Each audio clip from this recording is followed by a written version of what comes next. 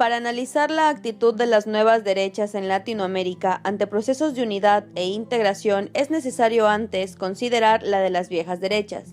Desde que inició la diferenciación social y la desigual distribución de la riqueza, a los sectores favorecidos no le agradaba la idea de que los que se dedicaban al trabajo tuvieran algún tipo de unidad.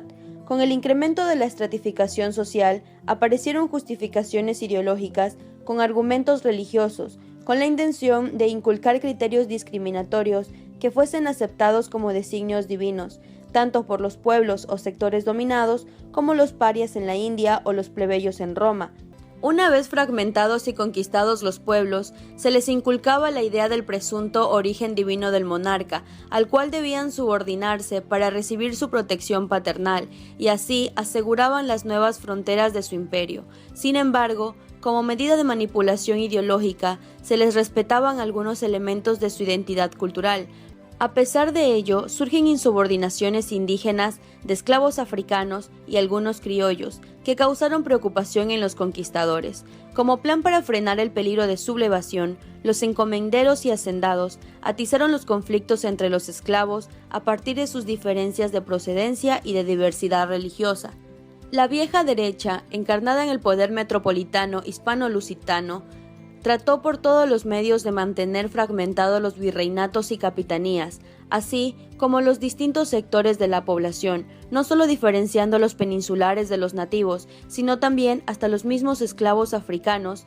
El proceso de fermentación de las ideas independentistas, fundamentado en el pensamiento filosófico de la modernidad, se vio frenado en múltiples ocasiones por la labor divisionista de las metrópolis, no solo en relación con diferentes clases y estratos sociales, sino también entre religiones y ciudades, con el propósito de propiciar más los conflictos entre estos. El despliegue de la modernidad, acelerada con las revoluciones burguesas en Inglaterra, Países Bajos y Francia, impulsaría algunas conquistas sociales en cuanto a derechos humanos y libertades políticas. Estos acontecimientos obligarían a la monarquía española a establecer la política del despotismo ilustrado, favorecedor de algunas reformas en las colonias. Una de las formas de oposición de la vieja derecha fue la represión, pero la nueva derecha emergente, conformada por los criollos conservadores que se vieron precisados a apoyar de algún modo vacilante las guerras de independencia, utilizó un método más sutil: ignorarlos o tildarlos de ilusos. La vieja derecha hizo todo lo posible por aplastar el independentismo y el integracionismo por medio de la violencia y de la manipulación ideológica del temor ante una posible vuelta al pasado del poder indígena o incluso de una revuelta de negros.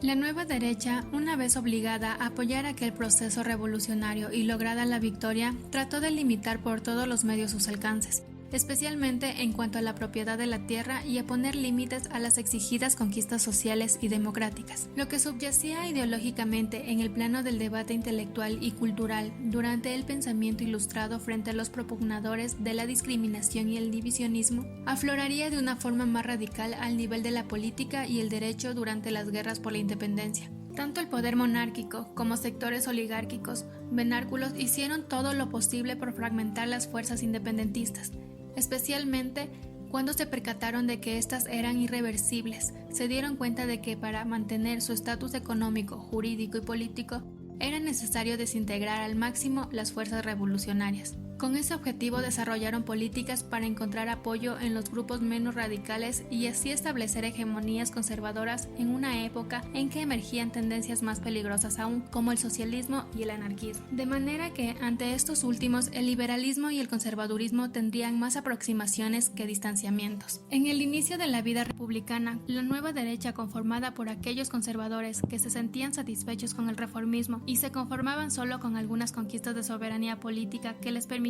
mejoras económicas, resultaba relativamente más homogénea. La confluencia entre vieja y nueva derecha se pudo apreciar en el plano ideológico cuando, una vez establecida la vida republicana, algunos sectores de esta última trataban afanosamente de enaltecer el espíritu de la madre patria. En este tema desempeñarían una esmerada labor la Iglesia Católica. Además, múltiples fueron los factores aprovechados por la derecha desde el inicio de la vida republicana para obstaculizar cualquier proceso integracionista. Algunos de los más dignos cultivadores cultivadores del dicho latinoamericanismo atisbaron el peligro que acechaba el coloso norteño y presentaron fuerte resistencia a los abanderados del caudillismo, el regionalismo, el nacionalismo y el anexionismo. En este último caso, no faltaron los cultivadores de la nordomanía, quienes añoraban ver las repúblicas latinoamericanas en forma de estrellas sumadas a la bandera de los Estados Unidos de América. El no menos convulso siglo XX fue escenario propicio para que las nuevas derechas reaccionaran espantadas ante revoluciones en México, Cuba, Nicaragua, entre otros países,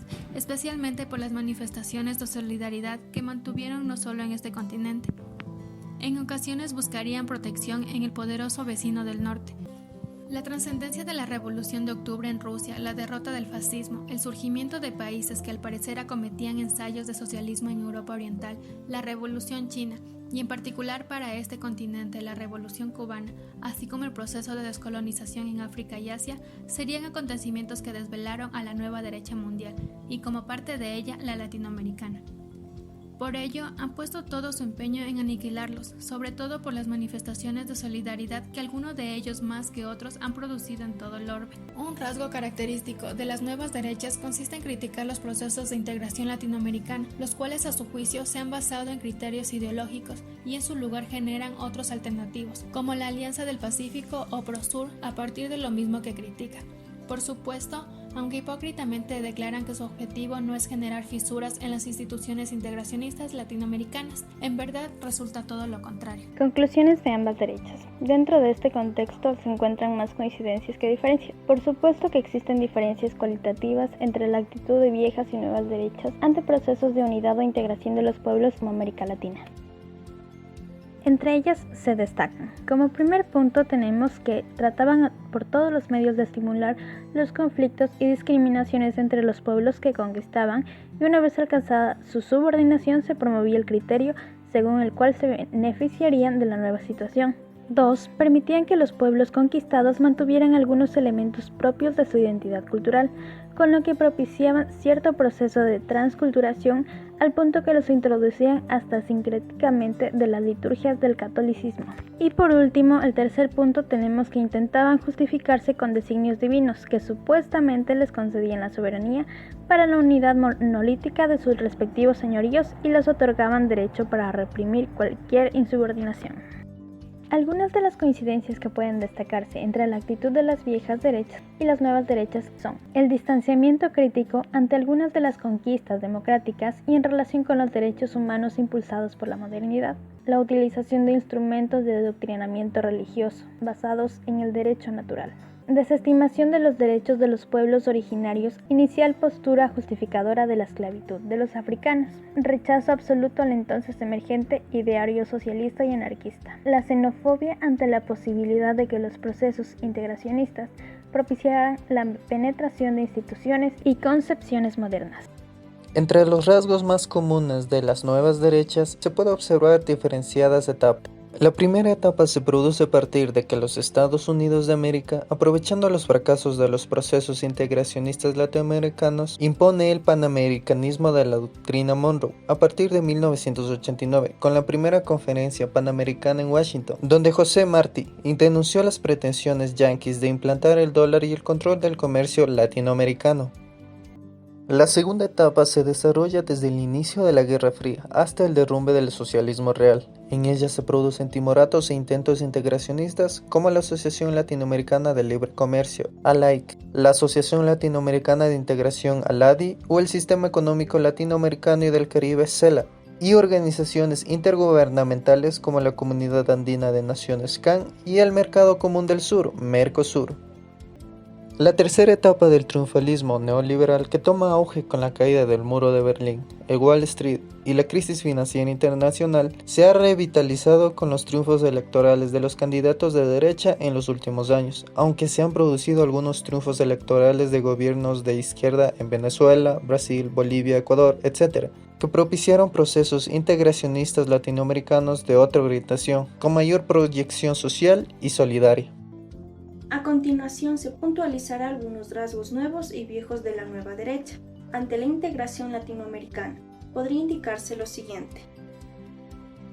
Algo viejo en la nueva derecha es que se sigue confabulando con las potencias imperiales y neocoloniales para producir solo cambios cosméticos y propiciar solamente la de algunos países que consideran superiores o mejor dotados. 2. No se diferencia sustancialmente de la vieja derecha en cuanto a priorizar los aspectos económicos. Solo hace declaraciones formales en relación con los derechos humanos, alimentación, vivienda, salud y educación, pero sus resultados no llegan a materializar. Un rasgo que distingue a la nueva derecha es el triunfalismo sobre el socialismo, al considerarlo totalmente fracasado y sin ninguna posibilidad de éxito. 4. Se cuestiona los mecanismos de integración que existieron entre los otros países del socialismo real, como el Consejo de Ayuda Mutua Económica. 5. Critica el capitalismo salvaje utilizando pieles de cordero en las campañas electorales con algunas promesas de mejoras sociales, para ganar adeptos vacilantes, especialmente de la clase media. 6. y último, en la nueva geopolítica imperialista, las nuevas derechas se unen para intentar fragmentar todos los procesos integracionistas y generar microbloques del poder subordinados a los intereses neocoloniales.